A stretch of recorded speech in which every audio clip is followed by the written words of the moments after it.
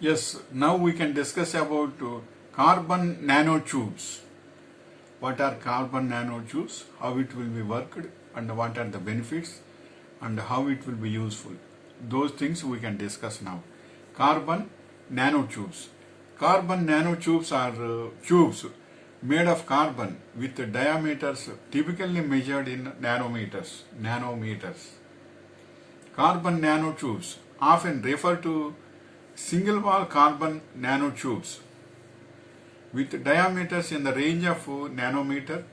Single wall carbon nanotubes are one of the allotropes of carbon, intermediate between Fullerene cages and flat graphene. Although not made this way, single wall carbon nanotubes can be idealized as cutouts from a two-dimensional hexagonal lattice of carbon atoms rolled up along one of the Bravais lattice vectors of the hexagonal lattice to form a hollow cylinder. Carbon nanotubes also often referred to multi-wall carbon nanotubes consisting of nested single-wall carbon nanotubes weakly bound together by van der Waals interactions in a tree ring-like structure. If not identical, these tubes are very similar to Oberlin, Endo, and Koyama's long, straight, and parallel carbon layers cylindrically arranged around a hollow tube.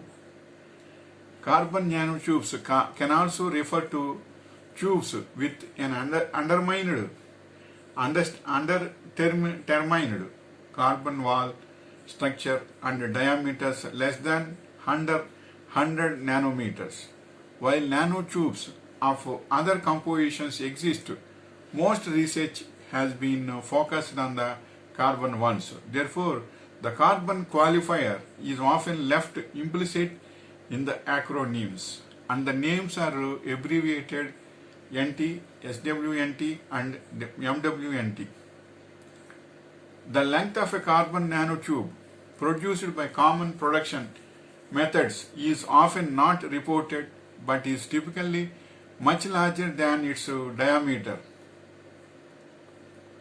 Carbon nanotubes can exhibit remarkable electrical conductivity while others are semiconductors. They also have exceptional tensile strength and thermal conductivity because of their nanostructure and strength of the bonds between carbon atoms.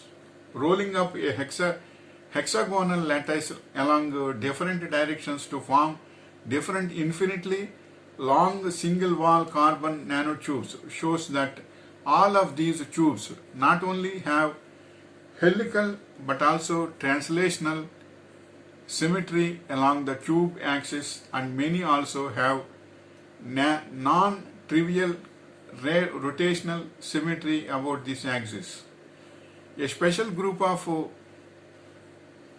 achiral single-wall carbon nanotubes are metallic, but all the rest are either small or moderate band gap semiconductors. These electrical properties, however, don't depend on whether the hexagonal lattice is rolled from its back to front or from its front to back, and hence are the same for the tube and its mirror images. Dear friends, I am also preparing the notes to explain in a simple way without missing options. That is the information I want to share with you. Structure of single-walled tubes. The structure of an ideal single-walled carbon nanotube is that of a regular hexagonal lattice drawn on an infinite cylindrical surface whose vertices are the positions of the carbon atoms. Since the length of the carbon-carbon bonds is fairly fixed, there are constraints on the diameter of the cylinder and the arrangement of the atoms on it. This is the information I shared you regarding the carbon nanotubes.